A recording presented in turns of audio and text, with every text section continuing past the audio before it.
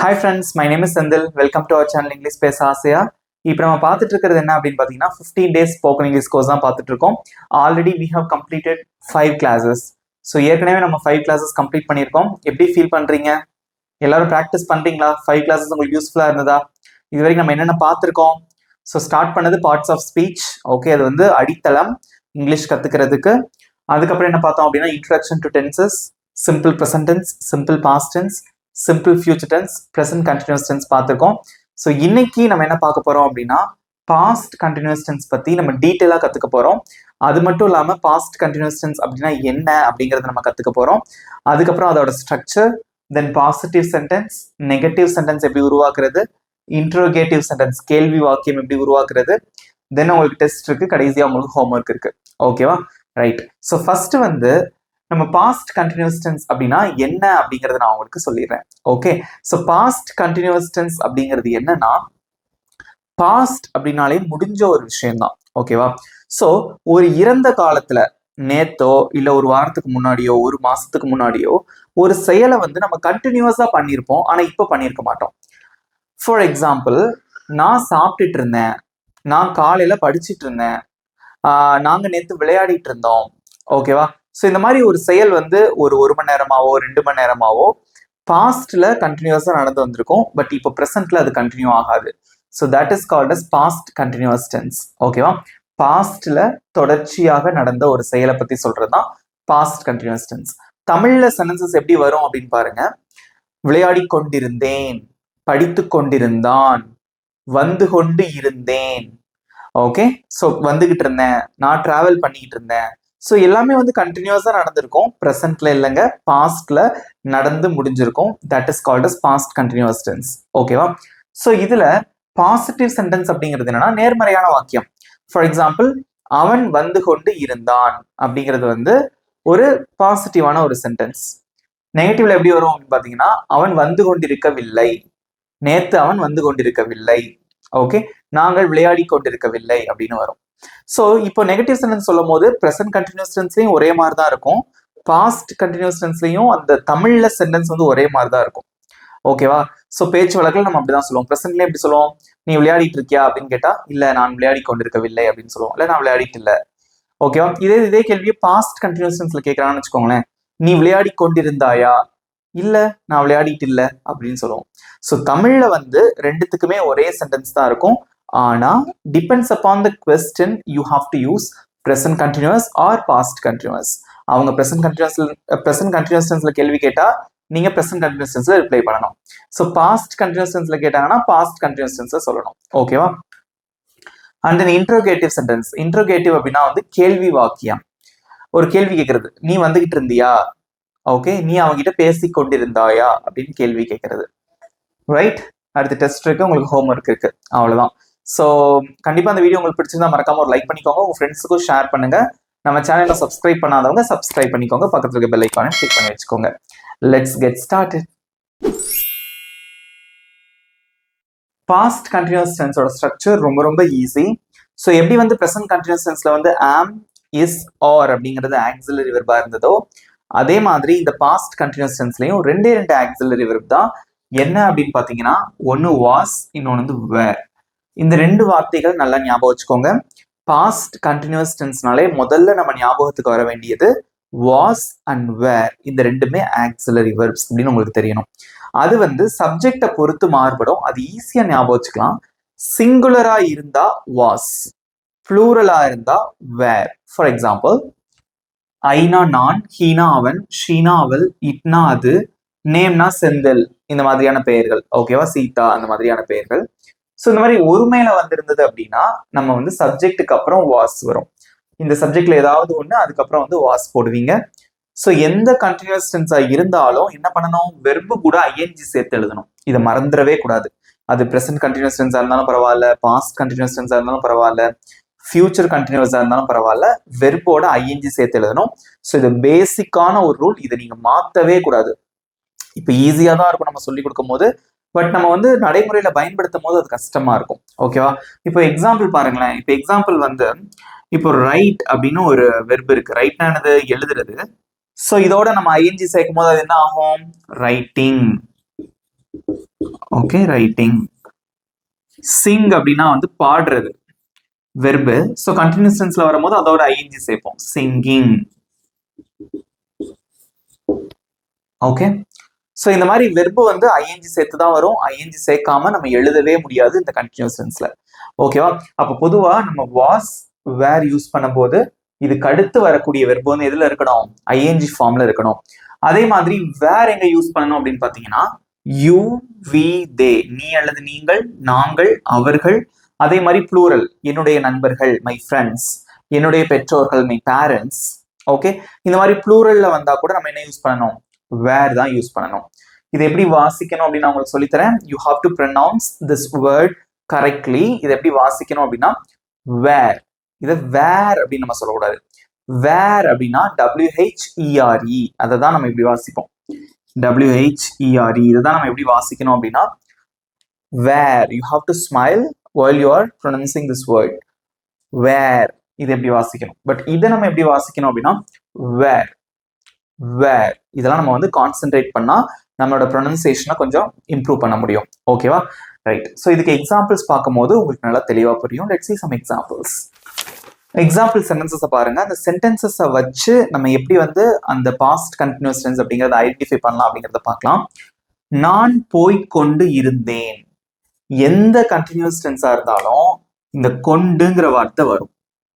நான் போய்கொண்டு இருந்தேன், நான் போய்கொண்டிருக்கிறேன் அப்படின்னா பிரசன்ட் கண்டினியூஸ். போய்கொண்டு இருந்தேன் past continuous.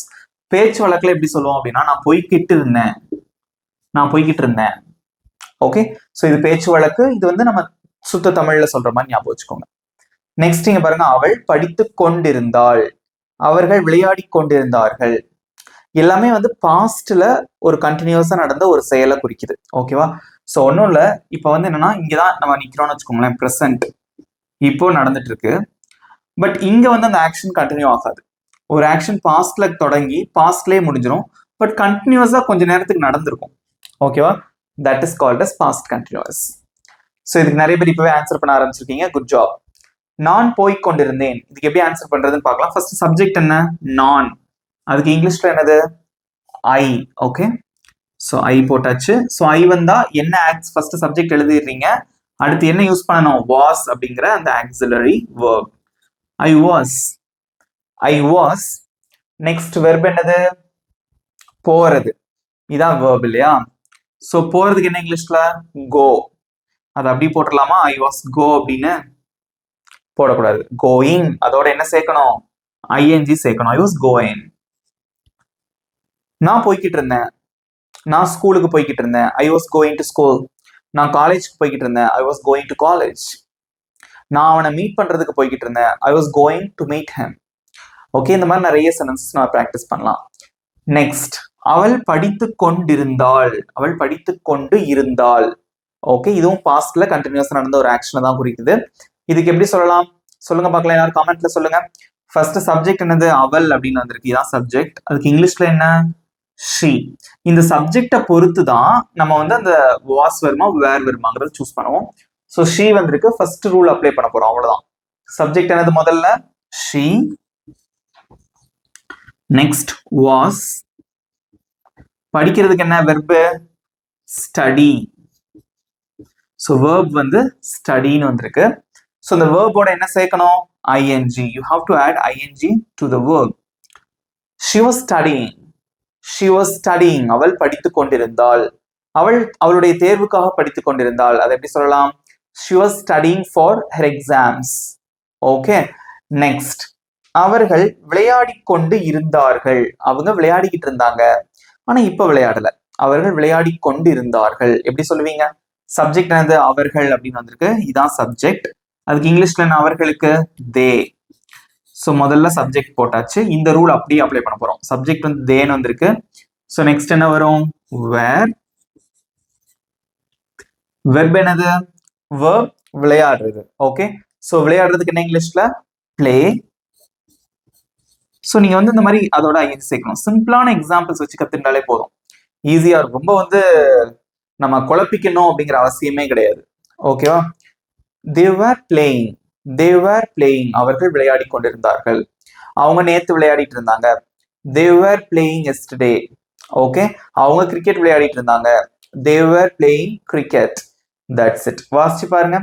I was going, she was studying, they were playing. அவ்வளவுதான். ஈஸியா இருக்கா? ஸோ இது வந்து எல்லாமே பாசிட்டிவ் சென்டென்ஸ். ஓகே, இதை வந்து நம்ம நெகட்டிவாவும் கத்துக்க போறோம், கேள்வி எப்படி கேட்கறதுன்னு கத்துக்க போறோம். எக்ஸாம்பிள், நான் போய் கொண்டிருந்தேன் அப்படின்னு இருக்கு. அது வேணா நமக்கு நம்மளே கேள்வி கேட்டுக்க மாட்டோம். அவள் படித்துக் கொண்டிருந்தாள், அவள் படித்துக் கொண்டிருக்கவில்லை, அவள் படித்துக் கொண்டிருந்தாளா, இந்த மாதிரி கொஸ்டின்ஸ்லாம் நம்ம எப்படி வந்து உருவாக்குறது அப்படிங்கிறத பிராக்டிஸ் பண்ணலாம். Let's see. அவள் வீட்டை சுத்தம் செய்து கொண்டிருந்தாள், அவள் வீட்டை சுத்தம் செய்து கொண்டு இருந்தாள். So positive sentence. அவள் வீட்டை சுத்தம் செய்து கொண்டிருக்கவில்லை, நெகட்டிவ். ஸோ இந்த நெகட்டிவ் சென்டென்ஸ்ல நிறைய பேர் இப்ப கேள்வி கேட்கலாம் என்கிட்ட. ப்ரெசன்ட் கண்டினியூஸ் டென்ஸ்லயும் நீங்க வந்து இதே மாதிரி தான் சொன்னீங்க, கொண்டிருக்கவில்லைன்னு சொல்லிட்டு. பாஸ்ட் கண்டினியூஸ் டென்ஸ்லயும் இதே தான் சொல்றீங்க அப்படின்னு சொல்லி நிறைய பேருக்கு சந்தேகம் வரலாம். அதுக்கு தான் நான் சொல்லிட்டேன், ஒருத்தர் கேட்கிற கேள்வியை பொறுத்து தான் நீங்க ஆன்சர் பண்ணணும், அந்த சிச்சுவேஷனை பொறுத்து தான் நீங்க வந்து அதை புரிஞ்சுக்கணும். ஏன்னா நம்ம தமிழ் வழியா கத்துக்கிறோம். தமிழ்ல வந்து நம்ம எந்த ஒரு வேறுபாடோட நம்ம சொல்ல முடியாது. தமிழ் சென்டென்ஸ் வந்து அப்படி கரெக்டா வராது. இப்ப பாருங்க, நான் இதை எப்படி சொன்னா எப்படி இருக்கும்னு பாருங்க. அவள் வீட்டை சுத்தம் செய்து கொண்டிருந்ததில்லை, மீனிங்கே இருக்காது, சொல்லவும் மாட்டோம் நம்ம. நேத்து அவ வீட்டை கிளீன் பண்ணிட்டு இருந்தாளா, நேத்து வீட்டை கிளீன் பண்ணிட்டு இருக்கல, கிளீன் பண்ணி கொண்டிருக்கவில்லை, இப்படிதான் சொல்லுவோம். இப்போ வீட்டை கிளீன் பண்ணிட்டு இருக்காங்களா, இல்ல இப்போ அவங்க வீட்டை கிளீன் பண்ணிட்டு இருக்கல. புரியுதா? ஸோ பாஸ்ட்லயும் அப்படிதான் சொல்லுவோம், ப்ரெசென்ட்டுக்கும் அப்படிதான் சொல்லுவோம். But depends upon the situation, depends upon the question, you have to use present continuous or past continuous for making negative sentences. Negative sentences உருவாக்கும் போது இதை கொஞ்சம் நீங்க ஞாபகம் வச்சுக்கணும். ஓகேவா? கிளியர் ஆயிட்டீங்களா? ஏன்னா உங்களுக்கு இந்த சந்தேகம் வரும், அதனால தான் முன்னாடி சொல்லிட்டேன். ரைட்? ஓகே. ஸோ நெக்ஸ்ட் வந்து அவள் வீட்டை சுத்தம் செய்து கொண்டிருந்தாளா. ஸோ இது வந்து கேள்வி வாக்கியம். எல்லாரும் ஆன்சர் பண்ணுங்க பார்க்கலாம். எங்களோட சேர்ந்து ஃபர்ஸ்ட் நீங்க கவனிச்சுக்கோங்க, நெக்ஸ்ட் எக்ஸாம்பிள் கூட நீங்களா ஆன்சர் பண்ணுங்க. ஓகேவா? ஃபர்ஸ்ட் பாருங்க, அவள் வீட்டை சுத்தம் செய்து கொண்டு இருந்தாள். ஃபர்ஸ்ட் இங்க சப்ஜெக்ட் வந்து அவள் அப்படின்னு வந்திருக்கு, அதுக்கு இங்கிலீஷ்ல என்னது, ஷீ. அப்ப முதல்ல இந்த ஸ்ட்ரக்சர் ஃபாலோ பண்றோம். ஷீ, சப்ஜெக்ட் போட்டாச்சு. நெக்ஸ்ட் என்ன வரும், வாஸ். வெர்ப் என்னது, சுத்தம் செய்யறது, அதுக்கு இங்கிலீஷ்ல என்ன, கிளீன். அதோட ஐஎன்ஜி சேர்க்கணும், மறந்துடக்கூடாது. She was cleaning. She was cleaning. அவள் சுத்தம் செய்து கொண்டிருந்தாள் வீட்டை, the house.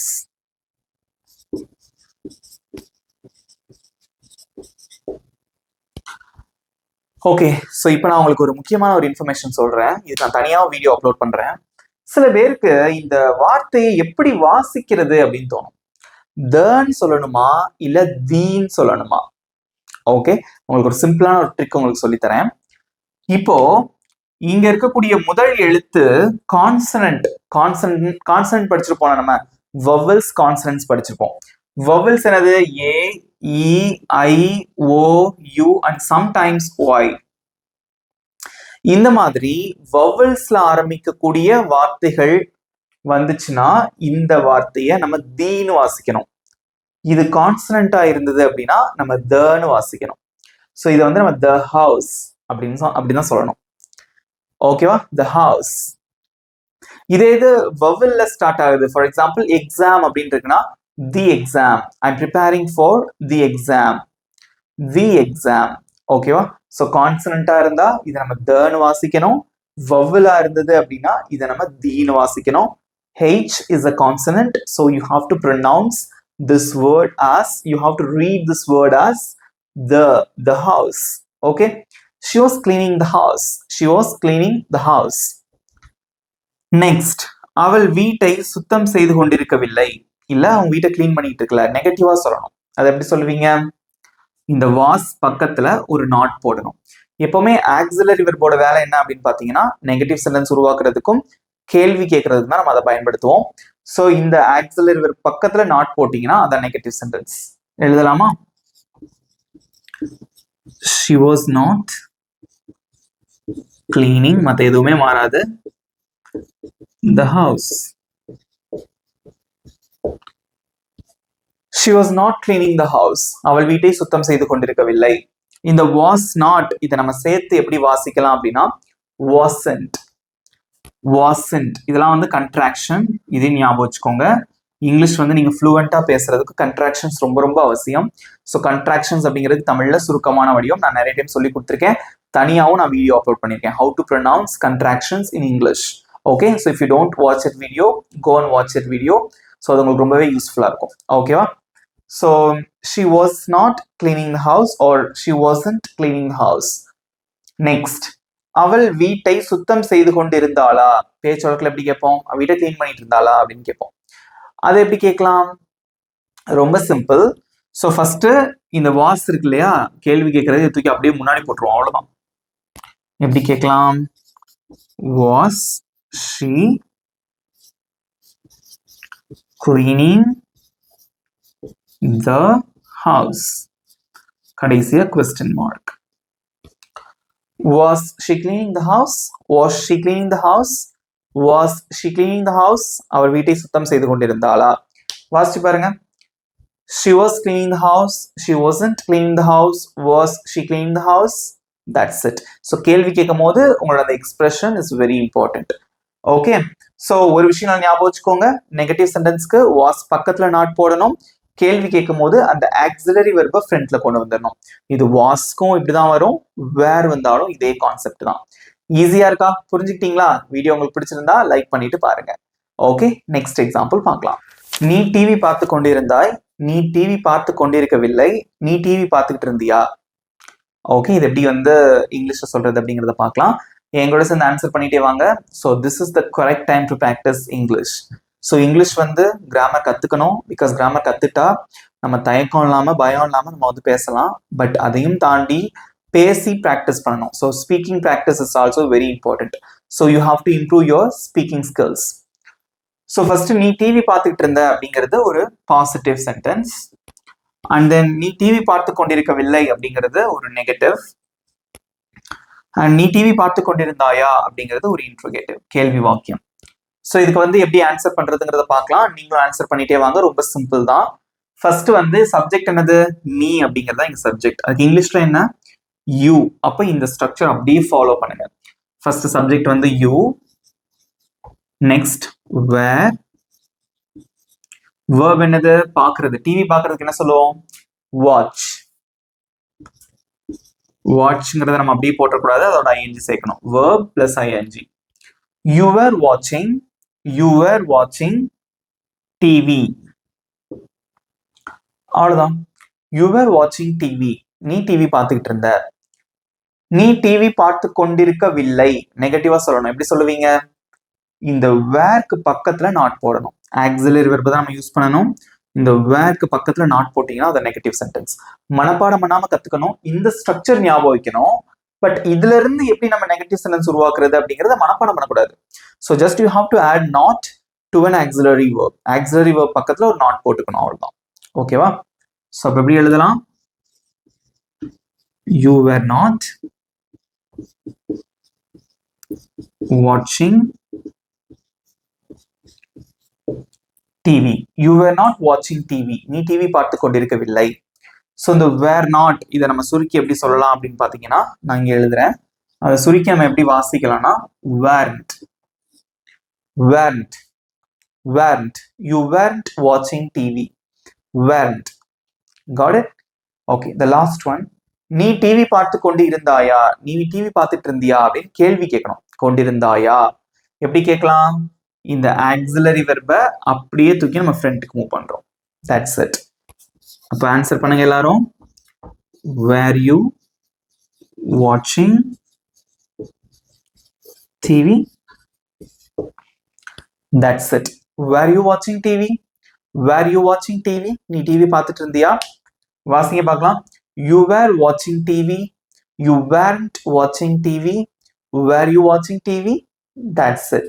ஓகே, இதை வாசிக்கும் போது வேர் அப்படின்னு வாசிக்கணும், வேர் அப்படின்னு வாசிக்க கூடாது.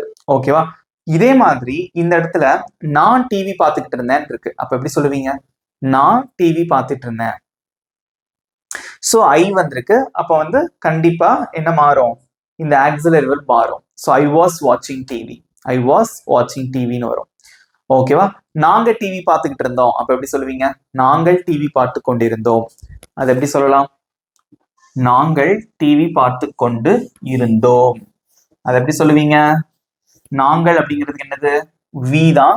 அப்போ வேர் வரும், பட் சப்ஜெக்டை மட்டும் மாத்தினா போதும். அப்ப எப்படி சொல்லுவீங்க? we were watching TV. we were watching TV. ஓகேவா? என்னோட ஃப்ரெண்ட்ஸ் டிவி பார்த்துட்டு இருந்தாங்க. அது எப்படி சொல்லுவீங்க? என்னோட நண்பர்கள் டிவி பார்த்து கொண்டிருந்தார்கள். எப்படி சொல்லலாம்? என்னுடைய நண்பர்கள் அப்படின்னாலே ப்ளூரல் தான், அது வந்து ஒரு பன்மையை தான் குறிக்குது. அதுக்கும் நம்ம வேர் தான் யூஸ் பண்ணணும். So my friends were watching TV. my friends were watching TV. that's it. ஈஸியா இருந்ததா? ஓகே, கடைசியா இதுல இருந்து ஒரே ஒரு கொஸ்டின் மட்டும் உங்களுக்கு கேட்கிறேன். செந்தில் டிவி பார்த்து கொண்டிருந்தான், அதை எப்படி சொல்லுவீங்க? செந்தில் டிவி பார்த்துட்டு இருந்தான், அதை எப்படி சொல்லுவீங்க? செந்தில் அப்படிங்கிறது ஒரே ஒரு நேம், சிங்குலர். ஸோ அதுக்கு நம்ம வாஸ் யூஸ் பண்ணணும். ஓகே, செந்தில் வாஸ் வாட்சிங் டிவி. செந்தில் வாஸ் வாட்சிங் டிவி. செந்தில் டிவி பார்த்துட்டு இருந்தான். சிம்பிளா இருக்கா? ஓகே, நெக்ஸ்ட் எக்ஸாம்பிள் பார்க்கலாம். நெக்ஸ்ட், மழை பெய்து கொண்டிருந்தது, மழை பெய்து கொண்டிருக்கவில்லை, மழை பெய்து கொண்டிருந்ததா? மழை பெஞ்சிட்டு இருந்தது, ஆனா இப்ப பெய்யல. மழை பெய்து கொண்டிருந்தது. ஓகே, ஸோ இது வந்து பாஸ்ட் கண்டினியூஸ் டென்ஸை குறிக்குது. இதுக்கு எப்படி இங்கிலீஷ்ல சொல்றது அப்படிங்கிறத பார்க்கலாம். எல்லாரும் ஆன்சர் பண்ணுங்க. ஸோ மழை அப்படின்னு வந்துட்டாலே அதுக்கு வந்து நம்ம சப்ஜெக்ட் நம்ம இட்டு தான் யூஸ் பண்ணுவோம். நான் நிறைய வீடியோல சொல்லியிருக்கேன். ஓகே, அப்ப எப்படி சொல்லலாம் அப்படின்னு பாத்தீங்கன்னா, இட் வாஸ். மழை பெய்யறதுக்கு இதெல்லாம் சேர்த்து தான். மழை பெய்யறதுக்கு வந்து இங்கிலீஷ்ல என்ன சொல்லுவாங்க அப்படின்னு பாத்தீங்கன்னா ரெயின், அதோட ஐஎன்ஜி சேர்க்கணும், அவ்வளவுதான். It was raining. It was raining. இதுக்கு வந்து சப்ஜெக்ட்னு ஒன்றும் கிடையாது, அதனால நம்ம இட் யூஸ் பண்ணிக்கிறோம். இட் வாஸ் ரெய்னிங், மழை பெய்து கொண்டிருந்தது.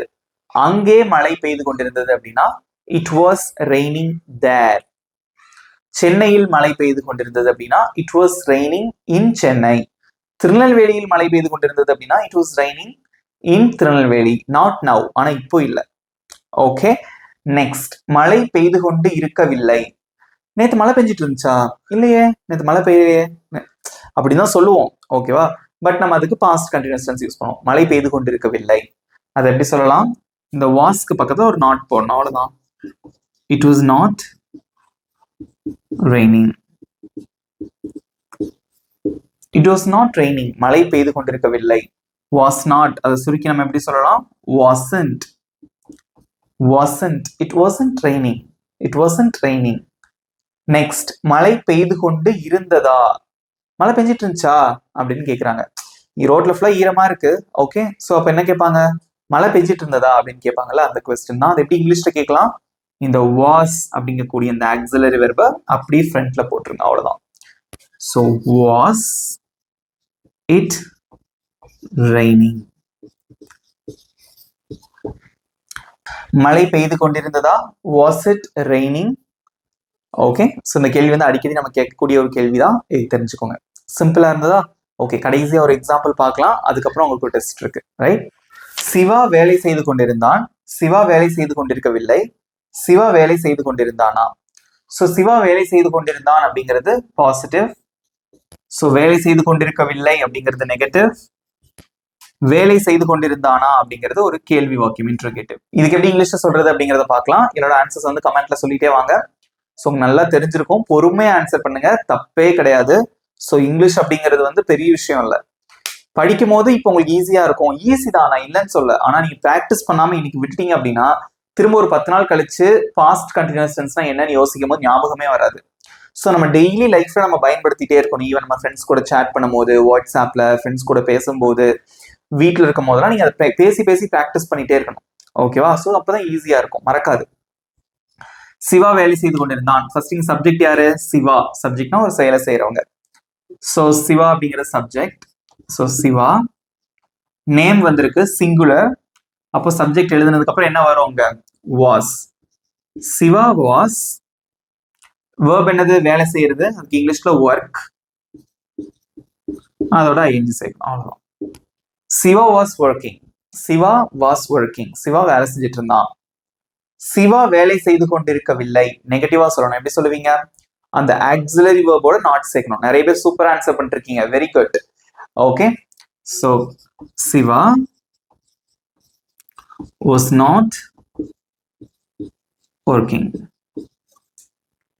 Siva was not working. Shiva வேலை செய்து கொண்டிருக்கவில்லை. ஸோ வாஸ் நாட் அதை சுருக்கி நம்ம எப்படி சொல்லலாம்? வாசன்ட். இது ஏன் சொல்லித்தரேன் அப்படின்னா, இப்போ வந்து நம்ம ஃப்ளூயண்டா பேசும்போது கன்ட்ராக்ஷன்ஸ் அப்ளை பண்ணி பேசுங்களேன், ரொம்ப அழகா இருக்கும். Siva wasn't working, Siva wasn't working. So English மூவிஸ்லாம் இப்படி பேசுவாங்க, நீங்க பாத்தீங்கன்னா தெரியும். Okay, next. சிவா வேலை செய்து கொண்டிருந்தானா, சிவா வேலை பார்த்துட்டு இருந்தானா அப்படின்னு நம்ம பேச்சு வழக்கில் கேட்போம். அது எப்படி கேட்கலாம் இங்கிலீஷ்ல? இந்த ஆக்சிலரி வெர்ப் வாஸ் இருக்கு, அதை அப்படியே சப்ஜெக்ட்க்கு முன்னாடி போட்டுருங்க, அவ்வளவுதான். எப்படி வரும் அப்போ? Was Siva working. சிவா வேலை பார்த்துட்டு இருந்தானா? Was Siva working, was Siva working. So இந்த கேள்வி நான் கேட்கறேன்னு வச்சுக்கோங்களேன், வாஸ் சிவா ஒர்க்கிங் அப்படின்னு சொல்லிட்டு ஒரு ரெண்டே பதில் தான் இருக்கும். ஆமா அவன் வேலை பார்த்துட்டு இருந்தான், எஸ் சிவா வாஸ் ஒர்க்கிங். இல்ல அவன் வேலை செஞ்சுட்டு இல்ல, no Siva wasn't working. So அதுக்கு தான் நமக்கு இது யூஸ் ஆகும். ஸோ இந்த 3 டைப் ஆஃப் சென்டென்சஸ்மே வந்து ரொம்ப ரொம்ப இம்பார்ட்டன்ட். ஓகேவா? ரொம்ப சிம்பிள். ஸோ இதே இதுல வந்து பாத்தீங்கன்னா இன்னொரு விஷயம் தெரிஞ்சுக்கோங்க, ஒரு மேஜிக் இருக்கு இதுல. என்னன்னா, இப்போ இந்த சென்டென்ஸ் பாருங்களேன், வாஸ் சிவா ஒர்க்கிங் இருக்கு, சிவா வேலை செஞ்சுட்டு இருந்தானா. இதே இது சிவா எங்க வேலை பார்த்துட்டு இருந்தான், சிவா எங்கே வேலை செய்து கொண்டிருந்தான். அந்த கேள்வி எப்படி கேட்கலாம்? கமெண்ட்ல சொல்லுங்க. ஒரு வார்த்தையை மட்டும் நம்ம முன்னாடி சேர்க்கணும், WH கொஸ்டின். எங்கே. குட், நிறைய பேர் சூப்பரா சொல்லியிருக்கீங்க. எங்கேனா வேர். இது எப்படி வாசிக்கணும் அப்படின்னா where. Where was Siva working. Siva எங்க வேலை பார்த்துட்டு இருந்தான். சிவா சென்னையில வேலை செஞ்சுட்டு இருந்தான், அதை எப்படி சொல்லுவீங்க? சிவா எங்க வேலை பார்த்துட்டு இருந்தான்னு ஒரு கேள்வி. Where was Siva working. Siva சென்னையில வேலை பார்த்துட்டு இருந்தான். Siva was working in Chennai. அவ்வளவுதான். சிம்பிளா இருக்கா? அவ்வளவுதாங்க இங்கிலீஷ். சின்ன ரூல் தான் இதெல்லாம், ரூல். அதோட எக்ஸ்ட்ரா வார்த்தைகளை சேர்க்கும் போது நமக்கு நிறைய சென்டென்சஸ் கிடைக்கும். ஈஸியா இருந்ததா? உங்களுக்கு பிடிச்சிருக்கா? ஓகே, பிடிச்சிருந்தா மறக்காம லைக் பண்ணிக்கோங்க. ஓகே, ஸோ உங்க நண்பர்களுக்கும் ஷேர் பண்ணுங்க, அவங்களுக்கும் நிச்சயமா யூஸ்ஃபுல்லா இருக்கும். ஓகேவா? இப்போ உங்களுக்கு ஒரு சின்ன டெஸ்ட். நாங்கள் சாப்பிட்டு கொண்டிருந்தோம், அவன் தூங்கிக் கொண்டிருந்தானா, நீ பாடிக்கொண்டு இருக்கவில்லை. ஓகே, ஸோ இது வந்து பாசிட்டிவ், இது இன்ட்ரோகேட்டிவ், இது நெகட்டிவ். பட் வந்து வேர்ப் வந்து மாறி மாறி கொடுத்துருக்கேன். ஸோ பார்த்து பொறுமையா ஆன்சர் பண்ணுங்க. இப்போவே நீங்க நிறைய பேர் ஸ்டார்ட் பண்ணிட்டீங்க. ஸோ உங்களுக்கு 20 செகண்ட்ஸ் டைம். அதுக்குள்ள உங்களை ஆன்சரை வந்து சொல்றதுக்கு ட்ரை பண்ணுங்க. ஓகேவா? ரைட். ஸோ அப்படி சொல்லிக்கிட்டே ஆன்சர் பண்ணுங்க, உங்களுக்கு ஈஸியா இருக்கும். Your time starts now.